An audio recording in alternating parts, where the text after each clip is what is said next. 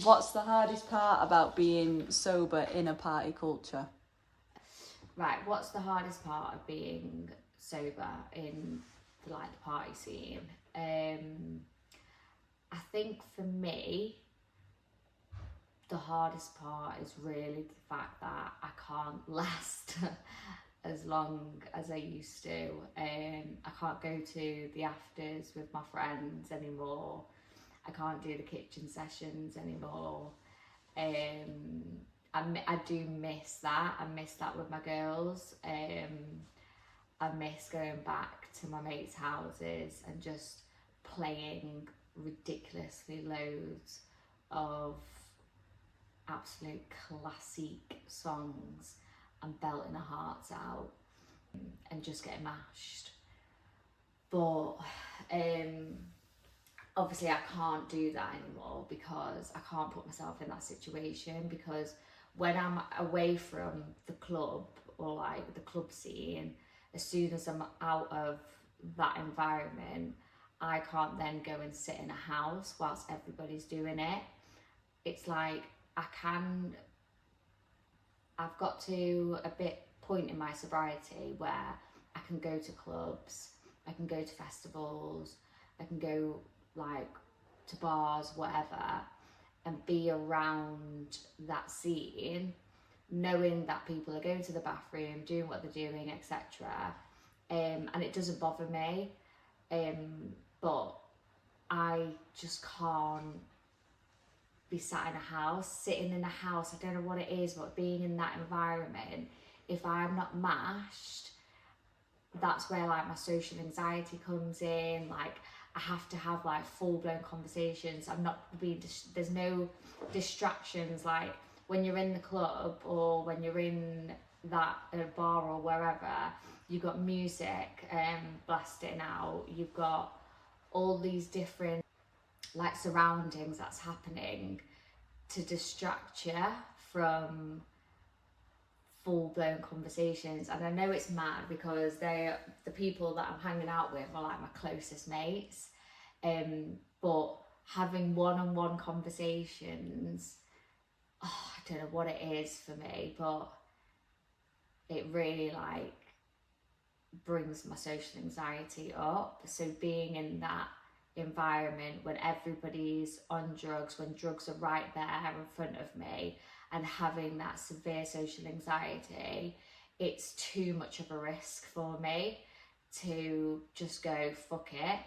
And to be fair, I think none of my friends, the people who I still associate with, I don't think they would put me in that situation.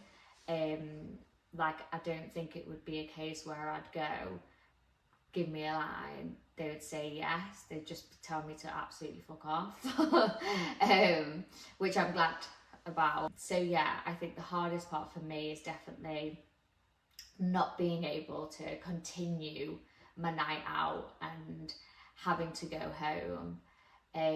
But I always think now, like even though I can't do that, I'm so glad that that's really the hardest thing for me, because I'm still able to have my nights out, I'm still able to go to all these different events, etc. I'm still able to see people, but I'm also, it just shortens my night out, but it means that mentally I can handle life the next day, whatever I'm going through the next day, etc. And I'm not needing to take substances to just deal with my social anxiety. I'm allowed to just like push through it.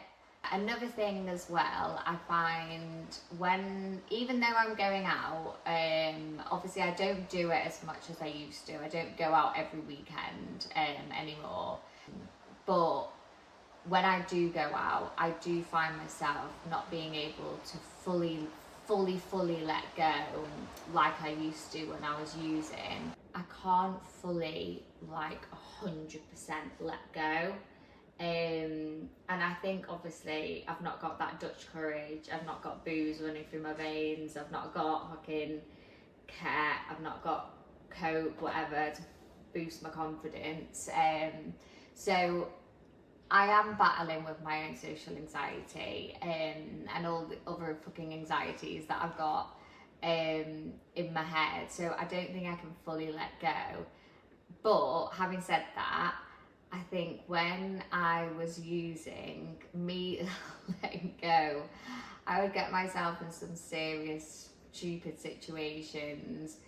I'd get with the wrong people. I would just have real no self-respect ever. I would need validation constantly of guys, and I'd just do things that I know my sober self wouldn't do. So I think even though there's some part of me, and I think that's my addict, I think that's part of my personality, is that there is always this side of me. It's like, I call it like the naughty side of me. It's the little devil child inside of me that just wants to do all the things that I shouldn't do.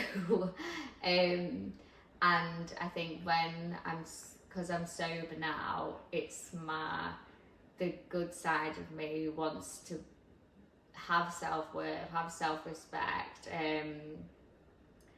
and not put myself in stupid situations. That stops me. It's like my conscience has awoken since I've got sober, basically. Sometimes I just want to shut that conscience up and just fucking let the naughty child out, and be spontaneous and do ridiculous things. Like, for instance, I was at Gallagher Hill yesterday for Oasis because we couldn't get tickets, and it was driving me insane. The fact that I know old me would have done everything in my power to get through those gates. I would have flirted with the security guards. I would have flirted with a group of guys and gone in with them. Do you know what I mean? Like, I would have just done whatever I needed to do to get through those fucking gates.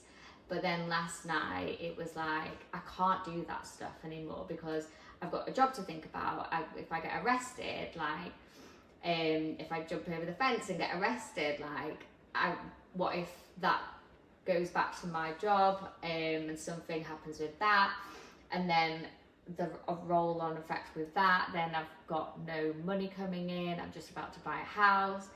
Do you know what I mean? I have to think about all of these things, and that's the sensible side of me, like, that kind of stops my naughty side coming out. So yeah, I think letting go fully, I do miss that. I do miss it. But it's a good thing. It's a good thing because the consequences from me just letting go is not a good thing. Because we all have to wake up the next day and remember what we've done. And that, my friends, is not good. Another thing I would say that I'd find hard, yeah, I think as well is the, I was going to say about my confidence, because at first when I was using, when I first started taking drugs, like, it really completely dialed down my anxiety. I was super confident. I felt like, but quite egotistical, to be fair. Felt like I could do whatever I wanted to do. Was such a social butterfly, like, loved life, did whatever. And then near the end of my using, I was trying so hard to keep that up, but my paranoia, my anxiety, my self-hating talk, that loudness that I was talking about in another episode, I was saying, like, that took over me so much that trying to be this social butterfly, trying to be the party girl that I used to be and the confident girl that I used to be, it was so hard work. Like, it was so much energy being used and so much mental work. to be that person. But now I'm 3 and a bit years in, my addict always likes me to remember those beginning years, and those beginning years was when I was able to just walk into anywhere and have no stress, no anxiety, because obviously I was on something, I was on whatever I was on, and it took away everything. And I think my addict now likes to tell me, oh, if I do this, if I have one, that's what will happen, when in reality it won't. What will happen is the later years of me using, that's what will happen to me. So I've got to remember that.